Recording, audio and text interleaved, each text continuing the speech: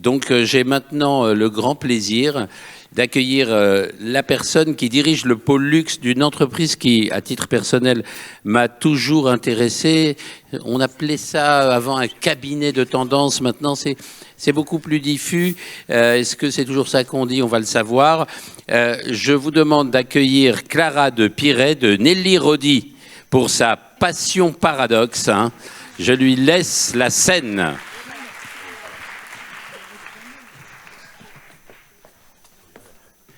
Elle est là, elle arrive, évidemment, ça a été un petit peu décousu, mais vous savez, on est dans une époque où on déconstruit tout.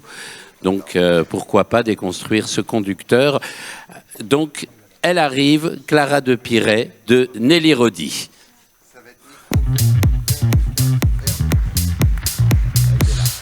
Bonjour à tous. Alors, je suis ravie d'être là aujourd'hui pour continuer ces échanges passionnants sur les paradoxes et tous ces clients du luxe. Donc moi, je vais juste me présenter très rapidement. Je suis directrice conseil luxe de l'agence Nelly Rodi, donc une agence de conseil en stratégie business et créative. Et notre métier, c'est vraiment d'être à l'écoute des clients du luxe pour vraiment comprendre leurs attentes et aider les marques à y répondre et à mieux les cerner pour mieux les adresser. Alors, en ce qui concerne les paradigmes du luxe, on voit effectivement qu'aujourd'hui, on peut confronter le luxe d'hier, le luxe d'aujourd'hui. On le voit bien, par exemple, en termes de nouvelles représentations. On était avant plus sur des représentations beaucoup plus statutaires. Ça, c'est l'exemple des défilés, des frontons des défilés, avec une représentation qui est beaucoup plus autour de la pop culture actuellement. On a aussi la possibilité de regarder plutôt la consommation slow versus une consommation qu'on appelle plutôt fast du luxe, où on voit qu'il y a aussi des initiatives pour mieux consommer. Donc Bananatex, c'est une fibre à base de banane qui est développée aussi par Stella McCartney, et de consommer frénétiquement. C'est les périodes de Noël, beaucoup de monde sont dans les magasins, on a envie d'avoir les nouveautés, on a envie d'avoir les éditions limitées des différentes marques. On est aussi sur cette consommation plus slow et cette consommation plus fast vers un luxe plus vertueux, exemplaire, où on consomme moins, on consomme mieux, mais à la fois toujours cette envie et cette ferveur et immédiateté pour tous les drops, par exemple, les collections limitées des marques de luxe. Là, c'est l'exemple de Jacquemus et Nike. En quelques secondes, il n'y avait plus aucun article qui était disponible. En termes d'expérience aussi, on voit bien ce qui se passe entre le slow et le fast, un besoin de déconnexion, de se recentrer à soi, d'avoir vraiment des moments pour soi, et en même temps, on est face aussi à une extrême digitalisation du digital, de l'immédiateté, des initiatives de marque sur les réseaux sociaux, sur les jeux en ligne, pour pouvoir cibler des consommateurs différents, plus jeunes, plus digitaux. On est vraiment sur cette confrontation des deux mondes. Mais en fait, cette confrontation, tous ces paradoxes, ils se concilient. Le même besoin est partagé entre les clients et les marques de luxe, qui est un besoin de confiance. Effectivement, si on regarde en partant de ces paradoxes-là, quelles sont les nouvelles attentes des clients du luxe, on voit bien que ce sont des attentes qui se concilient. On est dans une demande de savoir-faire, de tradition, pour la mise en valeur des savoir-faire, pour montrer la sauvegarde, tout ce qui se passe autour du nouveau précieux, et à la fois une demande autour des innovations, de la disruption, des matières beaucoup plus audacieuses. Ça, c'est l'exemple de la nouvelle matière développée par Balenciaga, qui est à base de fibres fermentées. On est vraiment dans cette recherche et développement pour plus d'audace en créativité. On est aussi à la recherche de produits iconiques, évidemment, les valeurs sûres, c'est vraiment la reconnaissance, la notion d'intemporalité aussi qui est extrêmement forte. Et ces iconiques-là sont aussi revisités, modernisés, revalorisés. On est vraiment sur une hybridation, la créativité et des savoir-faire, où là, les collaborations, notamment Kim Jones pour NC, sont là pour proposer une proposition de valeur assez nouvelle qui est faite pour augmenter la désirabilité, la surprise et l'émotion pour les marques de luxe. On est aussi sur une offre évidemment traditionnelle, hein, sur l'offre qui fait l'histoire de la maison, les produits physiques, une offre segmentée entre des produits iconiques, entre des modèles, des déclinaisons, entre des nouveautés, et à la fois une diversification vers le lifestyle, pour un luxe beaucoup plus aussi culturel, expérientiel. Bon nombre de marques de luxe ont ouvert leur café de luxe, ont ouvert leur plage cet été comme Gucci à Ramatuelle, pour offrir vraiment une expérience, une histoire de marque et pas seulement un produit. Et justement, dans cette dimension produit, on a effectivement cette partie product-centrique, évidemment, où le produit star est starifié, où il y a vraiment l'expérience matérielle, comme l'exemple de ce pop-up Balenciaga, où tout est fait pour montrer le produit, mais à la fois, on a envie d'aller au-delà du produit, c'est-à-dire de raconter une histoire, ce qui peut passer par l'irréel, pour montrer l'appartenance à la marque, pour montrer aussi toute cette expérience immatérielle qui peut être faite, hein, via les mondes virtuels, évidemment, le métaverse entre autres, mais vraiment l'objectif, c'est de raconter une histoire autour du produit. On est aussi face, en termes de distribution, à une distribution qui peut être aussi classique, c'est-à-dire des magasins physiques, hein, tous les flagship stores, les pop-up, les grands magasins où on retrouve toute l'offre des marques, et à la fois sur des nouveaux modèles de distribution.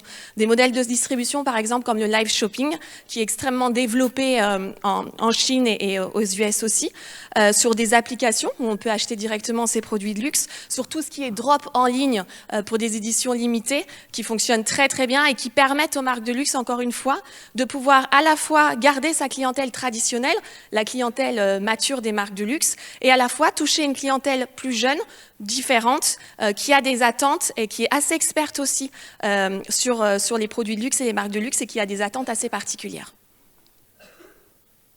Si on continue un petit peu notre petit tour d'horizon, on peut regarder ce qui se passe autour de la communication. Donc évidemment, il y a encore une fois la communication plus traditionnelle, les campagnes de publicité, les affichages publicitaires, où là, la marque met en scène une égérie pour raconter l'histoire, pour l'incarner, et à la fois des communications où le digital et le Web 3 prend toute sa valeur. On est sur du métaverse, par exemple aussi les produits NFT, c'est sur toute la réalité virtuelle, où le produit est raconté autrement, encore une fois, pour attirer cette pluralité de clients et pouvoir concilier tous ces paradoxes autour des marques de luxe. On est aussi autour des notions de fantasme et de spectaculaire. On a envie qu'il y ait une mise en scène sur les défilés, c'est pour raconter une histoire, c'est pour mettre en avant la création d'un imaginaire, une image de marque. Et à la fois, on a envie de savoir qu'est-ce qui se passe derrière, on a envie de savoir qui sont ces petites mains qui font tous ces produits qui défilent, voir les coulisses, voir les talents. Vraiment, il y a un besoin d'authenticité et de réalité en parallèle à ce besoin de fantasme et de spectaculaire. Donc vous voyez, on est vraiment sur des attentes qui se concilient et pas seulement qui se confrontent, mais en tout cas, le client du luxe a différentes attentes. Il est pluriel et il faut pouvoir l'adresser de façon pertinente et toujours en cohérence avec son discours de marque. Et effectivement, à partir de là, quand on a dressé un peu le panorama de ces attentes-là, on peut se demander quels sont les nouveaux enjeux pour les marques de luxe, justement pour répondre à ces nouveaux paradigmes et à ces nouvelles attentes. J'ai voulu mettre en avant 4 enjeux aujourd'hui autour de la révélation, révéler. C'est révéler son savoir-faire, son patrimoine, ses produits iconiques, son histoire aussi de marque. En même temps, il y a le côté réenchanté. Le luxe, c'est de l'émotion, c'est du rêve.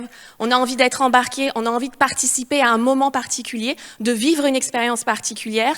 Et toutes ces notions de réenchantement, que ce soit dans le magasin, dans le discours des marques, autant en termes de produits, est extrêmement importante. Évidemment, les notions d'engagement, on en a beaucoup parlé ce matin, sont clés, que ce soit l'engagement sociétal, au niveau de l'environnement, au niveau éthique aussi, pour pouvoir répondre à toutes ces demandes et surprendre la surprise à travers de différentes collaborations, au travers de produits, au travers d'un discours, est extrêmement aussi important. Si on regarde un petit peu pour vous donner des exemples autour de ce mot révéler. Révéler, comme je vous l'ai dit, c'est révéler un savoir-faire, c'est révéler aussi ses coulisses, qui se cachent derrière, c'est mettre en avant son patrimoine et raconter son histoire. C'est par exemple l'exemple du 19M de Chanel, ce sont l'exemple aussi des collections vintage de Christophe qui remettent en avant justement le patrimoine, le savoir-faire de la maison. C'est aussi Burberry qui revient avec une nouvelle identité de marque à ses origines. C'est tous les podcasts des marques de luxe pour raconter leur histoire, mettre en avant aussi leur directeur artistique. Si on continue un petit peu ce tour d'horizon, sur la notion de réenchantement, d'émotion, on réenchante avec des nouveaux lieux. Annie vient d'ouvrir une patinoire, voilà, pour créer aussi de l'émotion, avoir des nouveaux lieux. C'est aussi des nouvelles icônes, c'est des nouvelles égéries qui sont choisies pour réinterpréter l'image, l'incarnation d'une marque. C'est tout ce qui se passe autour du retail 4.0, parce qu'effectivement, l'expérience physique est extrêmement importante, l'expérience digitale aussi, et l'objectif, évidemment, c'est de concilier le meilleur des deux mondes. Donc, dans des expériences qui sont à la fois hybrides, avec des animations digitales, mais pas que. Le but, c'est évidemment pas que ça soit opportuniste et à court terme, mais qu'il y ait un vrai impact en termes de cohérence et de message de marque. Si on va sur la notion d'engagement, évidemment, l'engagement, c'est le développement durable, c'est toutes les innovations en termes de nouveaux matériaux.